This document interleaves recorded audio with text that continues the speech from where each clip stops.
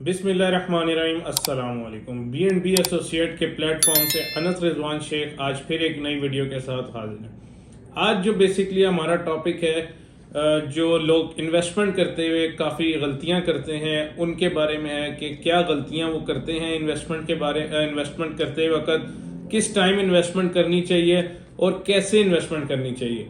अक्सर लोग होते हैं वो इन्वेस्टमेंट करने से बहुत ज़्यादा डरते हैं कि हम इन्वेस्टमेंट करेंगे, हमारा अपने बिजनेस से पैसे निकालेंगे, हम कहीं इन्वेस्ट करते हैं, हमें लॉस हो जाएगा, हमारे वो पैसे डूब जाएंगे, या हमें वहाँ से इनकम नहीं आएगी, या हमें वहाँ से हमारे पैसे ब्लॉक हो जाएंगे एक जगह। तो अक्सर लोगों का ये नज़रिया होता है जिसके बारे में वो काफ़ी गलतियाँ भी कर देते हैं। और लोग असल में यहाँ पे थोड़ा सा एक फैक्टर आता है कि यहाँ पे लोग समझते नहीं है एक चीज़ को। तो अगर वो हमारे पास आए या ऐसे लोगों के साथ बैठे जो उनको प्रॉपर इन्वेस्टमेंट प्लान समझाएं कि इस तरह इन्वेस्टमेंट करें तो आप प्रॉफिट कमा सकते हैं, कितने टाइम में कमा सकते हैं, क्योंकि हर इन्वेस्टमेंट जो है वो फॉर द टाइमिंग, कुछ इन्वेस्टमेंट्स हैं वो लॉन्ग टर्म होती हैं, कुछ इन्वेस्टमेंट्स हैं वो शॉर्ट टर्म होती हैं, कुछ इन्वेस्टमेंट्स होती हैं जो कि अगर आपका ये चांस हो गया तो आपको अच्छा फायदा हो जाएगा, ये ना हुआ तो आपको नुकसान भी हो सकता है। तो ये सारी चीज़ों को पहले से समझने की आपको ज़रूरत होती है। अब अगर हम बात करें कि क्या सबसे ज़्यादा लोग गलतियां करते हैं इन्वेस्टमेंट करते हुए, अक्सर लोग इन्वेस्टमेंट तब करते हैं जब मार्केट में बहुत ज़्यादा हलचल होती है किसी चीज़ की। फॉर एग्जांपल, कोई सोसाइटी नई लॉन्च होती है, उसकी बहुत हाइप होती है मार्केट में, हर बंदा उसकी परचेजिंग पर लगा होता है और उसका रेट दिन ब दिन इंक्रीज हो रहा होता है। तो लोग कहते हैं कि यार इसमें बहुत फ़ायदा हो जाएगा हमें, तो हम यहाँ पे परचेजिंग कर लेते हैं। अब वहाँ पे वो सबसे बड़ी गलती ये करते हैं कि जब वो परचेजिंग करते हैं वो हाइप होती है कुछ दिनों के लिए। मतलब ये कि फॉर एग्जांपल इस्लामाबाद का सारा इन्वेस्टर इस वक्त अब उस चीज़ की परचेजिंग पे लगा। जब फॉर एग्जांपल वो सारे बंदे अपनी परचेजिंग रोक देते हैं तो उसका ऑटोमेटिकली रेट नीचे आ जाता है।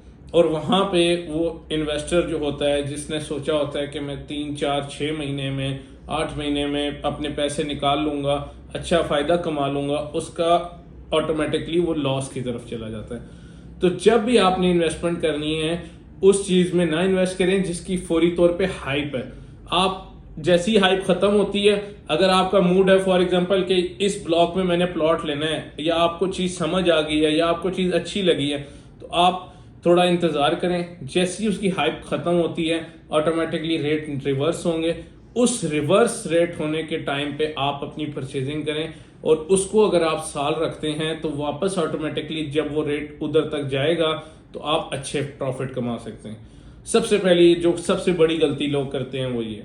उसके बाद अक्सर लोग जाते हैं जहां से मंथली रेंटल इनकम आ रही हो उस चीज की तरफ। तो वहां पे लोग ये गलती करते हैं कि जब वो रेंटल आ रहा होता है मंथली रेंटल, तो वो चीजें ज्यादातर होती हैं फ्रॉड, क्योंकि ये रेंटल जो मंथली आ रहा है ये आता है सूद के फैक्टर में। तो जो लोग ये ले रहे होते हैं मंथली रेंट वगैरह, ये जब लेते रहते हैं और आखिर में वो अपने जो चीज डिमांड करते हैं तो वो कहते हैं ठीक है आपके इतने स्क्वायर फीट जगह है। अब फॉर एग्जांपल ये हमारा ऑफिस है 420 स्क्वायर फीट का। अब इसके अंदर अगर आप कोई आता है कि कहता है जी 2 लाख मतलब 20 लाख की मुझे दे दें, मैं उनको बोलता हूँ ठीक है जी आप 200 स्क्वायर फीट जगह ले लें और उस पर मंथली रेंट लेते रहें। अब इस जगह का रेंट है 50,000 रुपये, मैं उनको कहता हूँ 25,000 आप लेते रहें, 25,000 जो बाकी जिसका 220 स्क्वायर फीट बचा हुआ मैं उसको देता रहता। तो जब वो चीज़ आपकी ओरिजिनल है ही नहीं, आपके ऊपर शेयरिंग पे है, तो उस चीज़ में आपको क्या फ़ायदा होगा? क्या आपको एंड में नुकसान ही होगा। जब आप पेमेंट डिमांड करेंगे उस बंदे के बाद ना पेमेंट होगी, ना आपके उसके पास कोई शॉप होगी, ना कोई चीज़ होगी। वहाँ पे भी लोग बहुत ज़्यादा लॉस खाते हैं। मंथली रेंट वो लेते रहते हैं, वो उनको बचता रहता है, मगर जो उनकी असल पेमेंट होती है, असल में वो जो बिल्डर होता है या जो भी होता है वो उसी आपकी पेमेंट में से आपको मंथली आपको वापस कर रहा होता है। तो वो आप लोग वहाँ पे बहुत ज़्यादा लॉस खाते हैं। फिर उसके बाद जो अक्सर चीज़ें हैं, लोग फाइल्स ले लेते हैं बल्क में।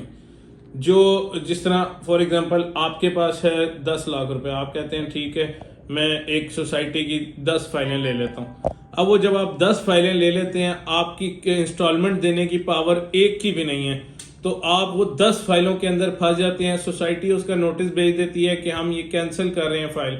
तो वहां पे भी लोग बहुत ज्यादा लॉस खाते हैं। जब आपकी वर्थ है एक फाइल लेने की तो हमेशा एक ही फाइल लें। अगर 2 की आप इंस्टॉलमेंट्स बर्दाश्त कर सकते हैं तो आप 2 फाइलें लें। जितने की इंस्टॉलमेंट्स बर्दाश्त कर सकते हैं उतनी फाइलें लें। ये नहीं करें कि किसी के कहने पे 10 फाइलें उस सोसाइटी की ले ली, 10 फाइलें उस सोसाइटी की ले ली।